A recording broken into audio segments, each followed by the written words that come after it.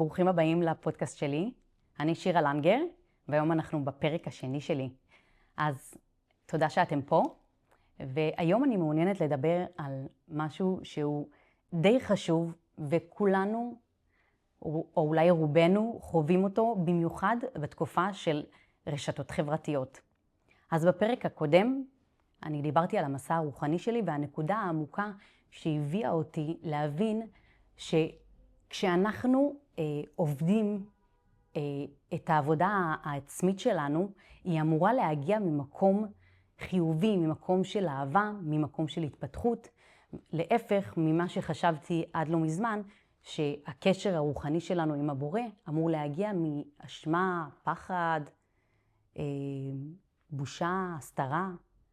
ואז עלתה שאלה מעניינת אצלי, שאמרתי, אם הבורא הוא כל כך טוב והוא כל כך אינסופי, למה יש כל כך הרבה אתגרים בחיים? למה יש אחד שטוב לו, אחד שרע לו, אחד שסובל, אחד שפחות? איך יכול להיות? למה זה לא פייר, מה שנקרא? וזה הכי פוגש אותנו ברשתות החברתיות. אז אם הקדוש ברוך הוא כל כך טוב ואינסופי, למה החיים מלאים בכל כך הרבה אתגרים? מספיק לפתוח רשת חברתית אחת ולראות אחד שמקייף באיזה מקום אקזוטי שם, ובן אדם אחד מצליח במקום הזה, ואלה משפחה מהממת, ושם כולם בריאים, והכל נראה טוב וורוד. ומצד שני, יש אנשים שסובלים, יש אנשים שלא הולך להם, יש כל כך הרבה, מה שלא אוהבת לקרוא לזה ככה, אבל מקרים שהם לא פייריים. למה? אנחנו מסתכלים על אנשים ומיד מה שאנחנו עושים בתור בני אדם, מתחילה ההשוואה. למה הוא יש לו ככה ואני ככה? למה זה פה שם ואני פה? וההשוואות יכולות להמשיך ולהמשיך ואין לזה סוף. יש לי סיפור אישי שאני חוויתי במיוחד כשהייתי לפני שהתחתנתי, אז כל חברה שהתחתנה, בום, זה צבט קצת, למה אני לא? איפה אני? ולאחרונה יצא לי להגיע למצב שאני מסתכלת על מישהי, ואני אומרת לעצמי, וואו, יופי, איזה מקום מהמם היא נמצאת בו, אבל מה איתי? ואז יחד עם הקבלה, מאוד היה קל לי להבין שבעצם מה שאני נחשפת אליו, זה לא החיים של הבן אדם האחר, זה בא להגיד לי פה משהו על עצמי. זה לא קשור לשני, זה קשור לכלי שלי. זה לא המקום של איפה היא, איפה אני, זה המקום של איזה מין פוטנציאל זה מעורר אצלי. כי הרי אם אלוקים, אם הקדוש ברוך הוא פה להיטיב איתנו, למה הוא חושף אותי למקרים כאלה? למה הוא חושף אותי לראות דברים שיכולים לעורר בי קנאה? הוא לא רוצה הרי שאני אקנא, הוא אבא טוב ואוהב. הוא רוצה לעורר בי פוטנציאל, כמו שלדוגמה, אני יחשוף את הילדים שלי לתכנים מסוימים, שאני מאמינה שבאמת ישדרגו להם את מי שהם, ואני לא אחשוף אותם לילדים שמתנהגים בצורה זוועתית, כי זה לא מה שאני רוצה לגרום להם. אותו דבר זה עם הבורא, הוא רוצה לחשוף אותנו לתוכן שיקדם אותנו הלאה. יש מושג עמוק בקבלה שקוראים לזה לחם ביזיון. כשהנשמה הגיעה לפה לעולם, היא הגיעה במטרה לעבוד ולקבל לא מתנות חינם. הרב ברג מביא סיפור מאוד מאוד יפה, והוא מספר שהיה בן אדם שהיה מוכר פאזל, והיה מוכר פאזל לילדים, והילדים כל פעם היו מחכים לראות איזה פאזל יפה. הוא ייתן להם הפעם, אז הוא היה קודם כל מכין את התמונה הגדולה, ואז היה חותך את החתיכות של הפאזל. והילדים היו כל כך נהנים מלבנות את הפאזל, ויום אחד הוא הכין תמונה מאוד מאוד יפה, והוא אמר, וואו, חבל לי לחתוך את התמונה היפה הזו. והוא הגיע לילדים ואמר להם, חמודים, היום יש תמונה ככה, אין פאזל.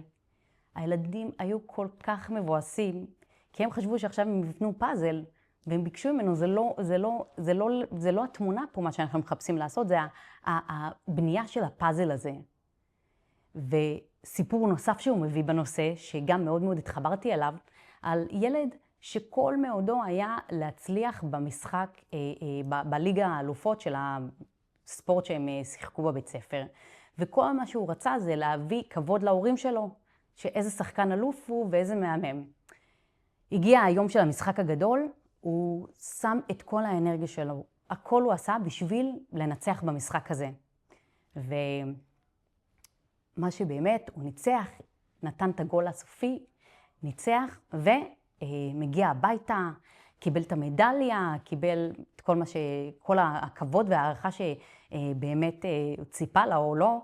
ואז מה שהוא גילה זה שבעצם כולם מאחורי הקלעים, ההורים, המורים, המאמנים, כולם בעצם סידרו, כולל התלמידים, סידרו את זה שהוא יביא את המדליה. מה שהוא לא ידע, הוא חשב שהוא הביא את המדליה בעצמו, בכוחות עצמו, אבל בעצם הוא קלט שבעצם סוג של הרבבו אותו. הוא היה כל כך מבואס שאין לתאר את זה. למה? כי הוא רצה להרוויח את זה בעצמו. הנשמה שלנו, אותו דבר. הנשמה שלנו באה לפה כדי לעבוד ולקבל את מה שמגיע לנו בכוחות עצמנו. אז כמו שהנשמה שלנו הגיעה לפה כי היא רצתה להרוויח את הכל ביושר, הבעיה מתחילה כשאנחנו מתחילים לעשות השוואות. ואנחנו לא מתפקסים על הכלי שלנו. כשהבת שלי מבקשת ממני, שואלת אותי, אמא, למה אחי הגדול הולך לישון יותר מאוחר ואני לא? זה לא פייר, זה לא פייר. אז אני אומרת לה, באמת זה לא פייר? את בטוחה שאת רוצה את החיים שלו? את בטוחה שאת מוכנה לעמוד במבחנים שהוא עושה בבית ספר? את בטוחה שאת יכולה לעמוד באחריות שיש לו בבית? את רוצה לא פייר? זה מה שאת מחפשת? את רוצה שהעולם יהיה יותר פייר? אנחנו משווים את החיים שלנו מאחורי הקלעים לחיים של מישהו על הבמה, ושם הבעיה. כשאנחנו מסתכלים על אנשים מצליחים, או אנשים שהגיעו למעמד מסוים, או לאיזה יעד מסוים, אנחנו מתפקסים רק בתוצאה, אבל אנחנו לא רואים את הדרך, אנחנו לא רואים את האתגרים שהם חוו. יש לי סיפור אישי, שכשאני יצאתי עם בעלי, לא היה לו לא רישיון ולא רכב. וידעתי את זה, אבל מאוד אהבתי אותו. אז הגעתי אליו וביקשתי, אמרתי, אני יודעת שאין לך רכב, אני יודעת שאין לך רישיון, אבל אני אגיד לך משהו, לא אכפת לי לנסוע איתך ברכבת. והיינו יוצאים לדייטים ברכבת, היינו נפגשים, שתינו במנהטן, הוא היה מגיע מהאזור שלו, אני מהאזור שלי, ועם הסאבווי היה מביא אותנו למנהטן, וככה יצאנו. אבל היום מישהו יכול לראות אותנו, שתינו נוסעים ברכב, ולהגיד, וואלה, איזה יופי.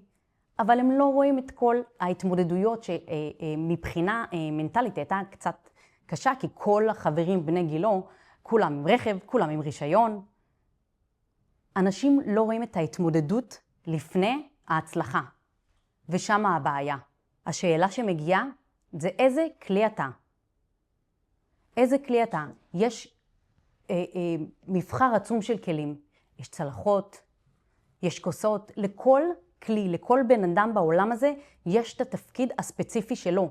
זה לא ייתכן להשוות חיים של מישהו אחד, שהתפקיד שלו בעולם הוא A, להשוות את זה למישהו עם תפקיד שהתפקיד שלו בעולם הוא B. אי אפשר. הנשמה שלנו הכי רוצה להרגיש תחושת ערך עצמי. וקנאה זה משהו שהוא ההפך ממה שהנשמה שלנו מרגישה. זה מביא אותנו הרבה פעמים למקומות שחורים. אז אני רוצה לאתגר אתכם, בפעם הבאה שמגיעה עולה סיטואציה של קנאה, תשאלו איזה מין פוטנציאל זה בא להעיר בי.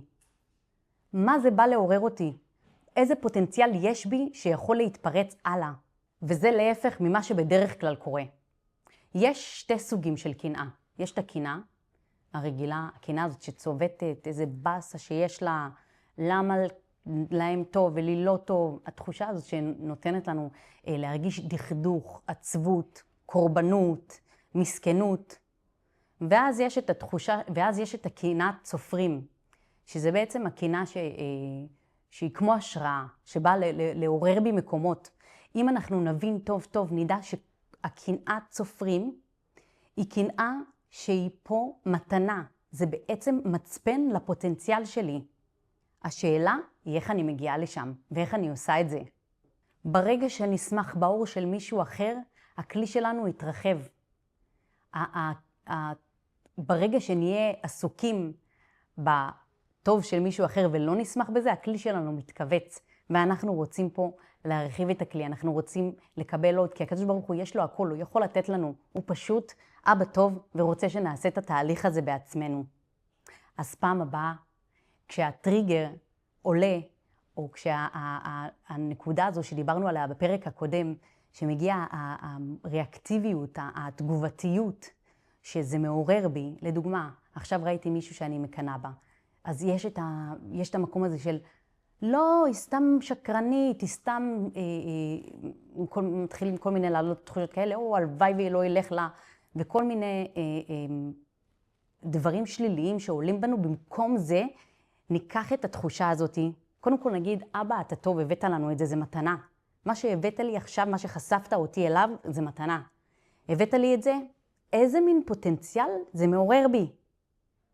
מה יכול להתקדם אצלי? מה אני יכולה להשיג? למה הראת לי את זה?